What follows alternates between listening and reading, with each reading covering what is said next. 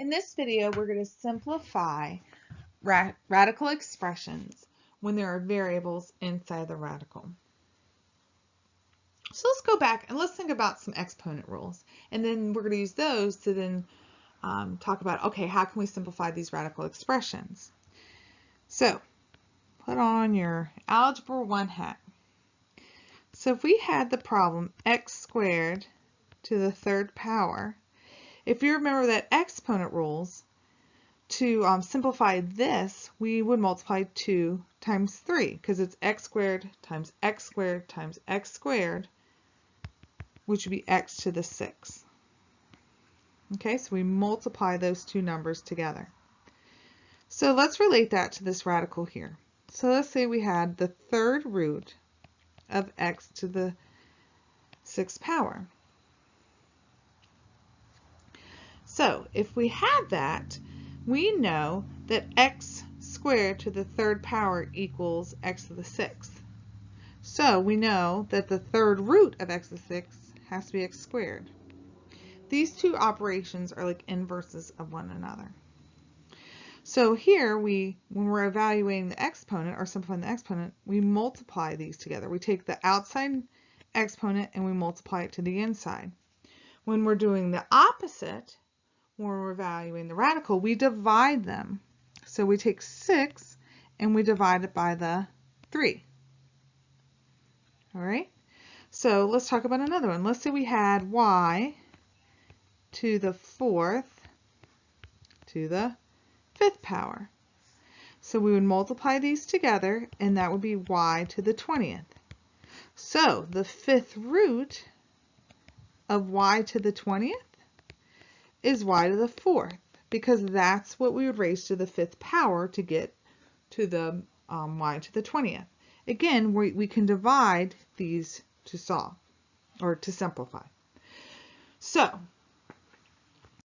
to find the root of a variable, you divide the exponent by the index of the root. So on example 1, I'm going to do x 12 and we divide that by 6.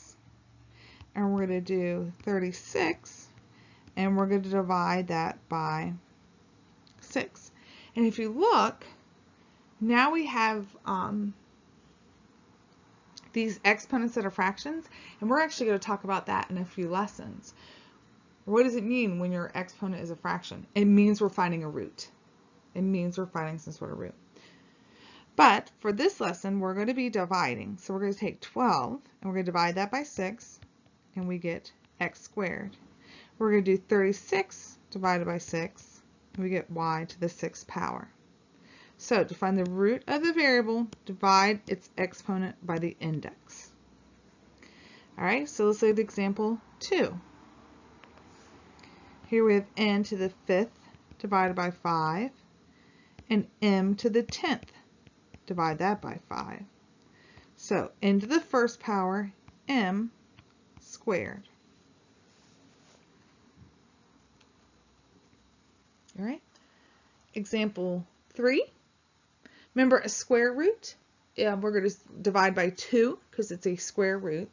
Okay, we assume there's a 2 there, but there's not. We just assume it. So we're going to do 8 divided by 2, which is 4. So we got that by doing 8 divided by the square root. For these exponents, we're going to divide them by 4, okay, because it's the 4th root. So I'm going to do 8 divided by 4 is 2. 16 divided by 4 is 4. So this is 8 divided by 4, 8 divided by 4, and then 16 divided by 4. I should make that R bigger for that one. So you can divide by the index. You divide the exponents by the index. What we need to talk about today is what happens if that doesn't go evenly. What happens if I divide, for instance, on this one, when I divide 5 by 2 and 7 by 2, I get a decimal. Okay? But so what we need to do is, like we did in the last lesson, we need to split this into 2, things we can simplify and things we cannot simplify. So let's look at this example here. So we're going to divide by 2. We need to divide by 2. So what we're going to do is we're going to go the next number down for both of these that is divisible by 2. So we're going to split this into what can be divided by 2 and the remainder. Okay, so 5 isn't divisible by 2, so now I'm going to go the next number down, 4. 4 is divisible by 2, and I had to put that remaining one there because, again, we still need 5 x's there. All right. 7 isn't divided by 2, so I go to the next number down that is 6's with remainder there. So again, when I split this, all right, this is going to be, here's the nth root. Oops, let's not forget our little root there. All right, we're going to have x to a power, and we want this number divisible by n. Number divisible by n, so by the index. And then what here is the remainder, whatever your remainder is. All right, so the reason why we want those to be divisible by our index is because we're going to go ahead and divide them by the index. So I'm going to do 4 divided by 2. So now he's outside of the radical. And then 6 divided by 2 is 3, and that's outside of the radical. And I leave the remainder here.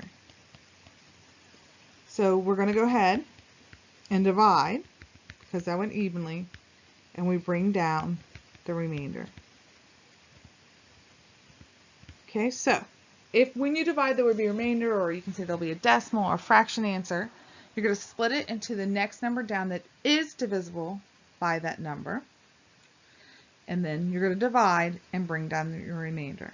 So let's do some examples that aren't necessarily square roots too, as well.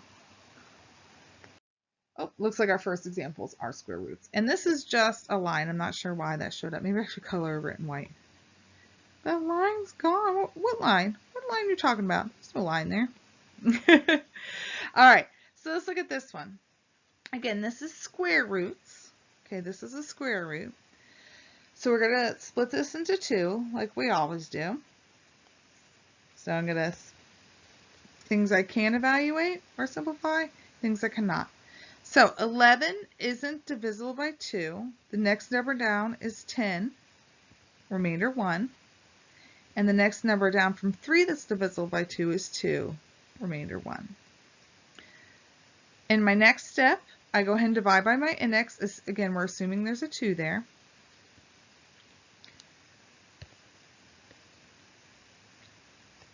And we're going to do 10 divided by 2 is 5. And then 2 divided by 2 is 1. So y first power.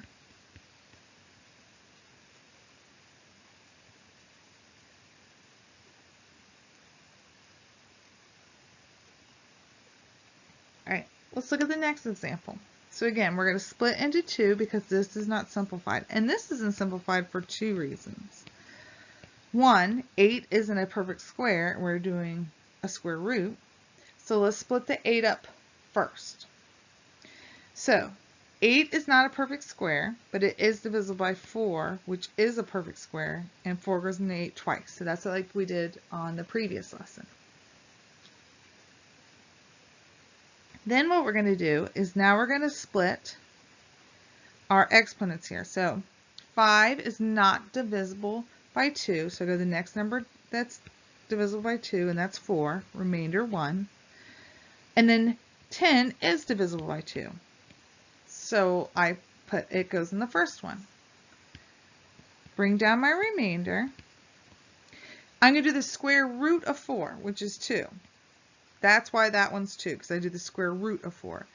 This one is 2, because I'm dividing the exponents by 2. And then 10 divided by 2 is 5. So if you have a number on the inside, you can, we'll split it like we did on the previous lesson. All right, perfect root, not, and then the other factor.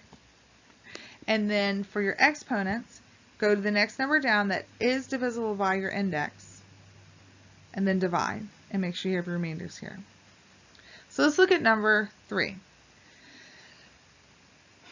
For number 3, we're doing the third root. And make sure you guys don't forget to put your roots in there, your indexes, excuse me, because if you leave that out, it makes the answer wrong. So 8 is a perfect cube. So 8 goes in here. Awesome sauce. For the exponents, we want numbers divisible by 3. So 5 isn't divisible by 3. The next number down from 5 is 4.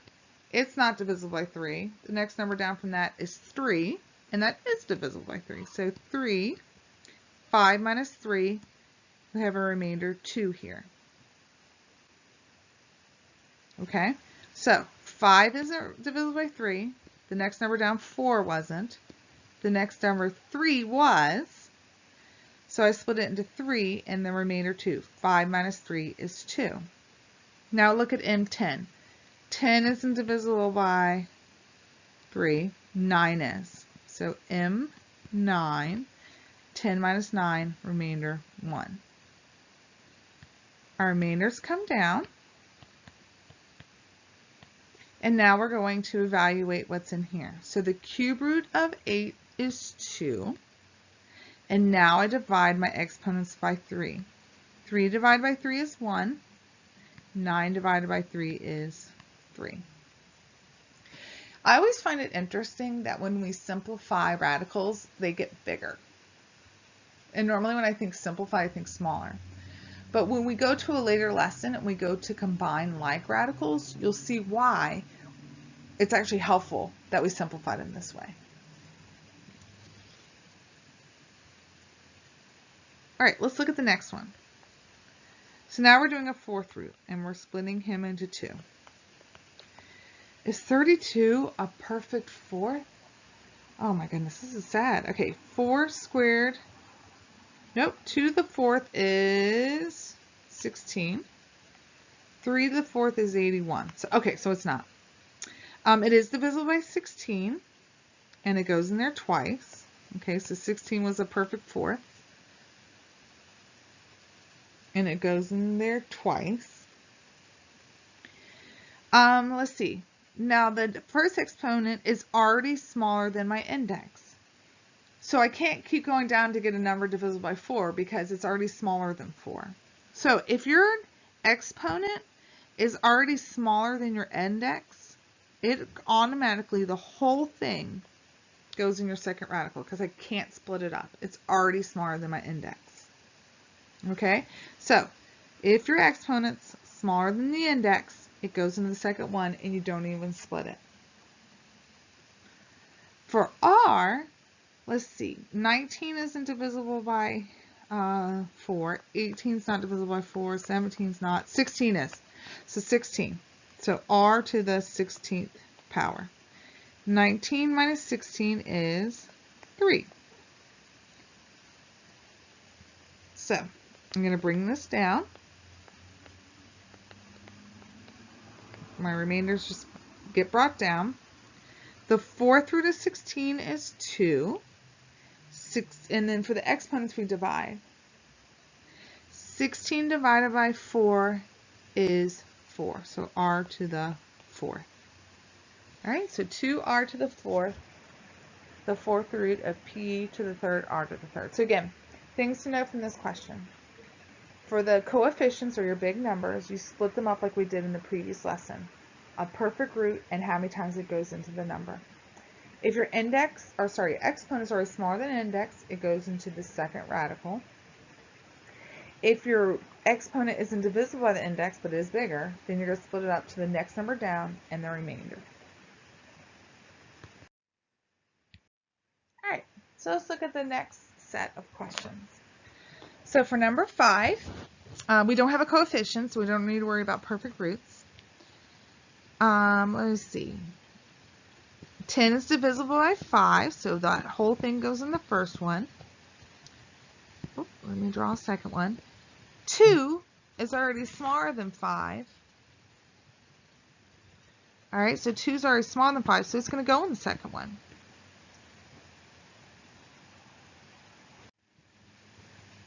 So again, first one, 10 is divisible by 5, so the whole thing goes in the first one. On y2, it's already smaller than 5, so the whole thing goes in the second. So all I have left to do to simplify this is divide 10 by 5, and I get 2. I almost said 6. What? And I bring down the remainder. I don't even know where I was getting 6 from. Wow! Alright, let's look at number 6. So the fifth root of 32, N5M13. So 32 is a perfect fifth because 2 to the fifth equals 32. I remember that from that other problem we just did. All right, so when I split this, I'm going to split this into 2. 32 is a perfect fifth. It goes there. 5 is divisible by 5, so it goes there. 13 is not divisible by 5, so let's see, 13, 12, 11, 10. All right, so 10 is the number divisible by 5. Again, I start with 13, I move down. Now, I probably don't write it out every time, but I want you to see what I'm thinking. So 13 is indivisible by 5. Try 12, try 11, 10 is. So put my remainder here, and the only remainder is that 3 from the end. The remaining 3. Fifth root of 32, 2. 5 divided by 5, 1. 10 divided by 5, 2. And then I bring down the remainder. I'm hoping as you see these, as we kind of go step by step, you take each piece individually, so almost treat it like 3 separate problems. It's actually not that hard to accomplish. If you kind of look at it and try to guess the answer, it becomes overwhelming. But if you start breaking it down, so if I break it down, so I look at this one. So, negative 81. So, negative 81 isn't a perfect third root. Let's see, 2 to the third is 8, 3 to the third is 27, 4 to the third is 64, 5 to the third is 125. Negative 81 is divided by 27. And remember, if it's negative, your number goes in the first one. All right? Negative 27 goes into negative 81 3 times. So negative 81 divided by negative 27 is 3. 8 isn't divisible by 3. 7 isn't divisible by 3, but 6 is. So that's the next number down that is. So I have a remainder of 2. Oops, it won't let me write my 2. That is the ugliest. It looked like my 2 had a mustache. 2. All right. So 8 wasn't divisible by 3, because remember, we're dividing by 3, because that's our index. 8 wasn't divisible by 3. 7 is not divisible by 3. 6 is. Remainder 2. All right, 11 is not divisible by 3. 10 isn't. 9 is. 11 minus 9 is also 2. So this one just gets moved down. 3n squared m squared. The third root of negative 27 is negative 3. And then I divide 6 by 3, which is 2, and 9 by 3, which is 3. So again, step by step, each piece. You wouldn't think a problem that looked like this would be a multi-step problem, but it is. It's multi-step. We have plenty of steps to do with this. All right, so let's look. Fourth root. So I'm dividing by 4. For p, it's divisible by 4, so that's good. 42 isn't divisible by 4, but the next number down that is 40. So I have that remainder 2 here. And you just bring down your remainder. And then 4 divided by 4, whoops, yes, 4 divided by 4 is 1. 40 divided by 4 is 10. So, to simplify the root of a variable, you divide the exponent by the index of the root. If it doesn't go evenly, you need to split it up. Next number down that is, and the remainder. For all the coefficients, or the big numbers, you'll hear me say the big number, the coefficients, we're still looking, what is the perfect root that goes in there, and then what's the other factor? Then you evaluate any roots. So if it's a perfect root, like I find the fifth root of 32, which was 2. For the exponents, you divide. So if it's a fifth root, I would divide by 5.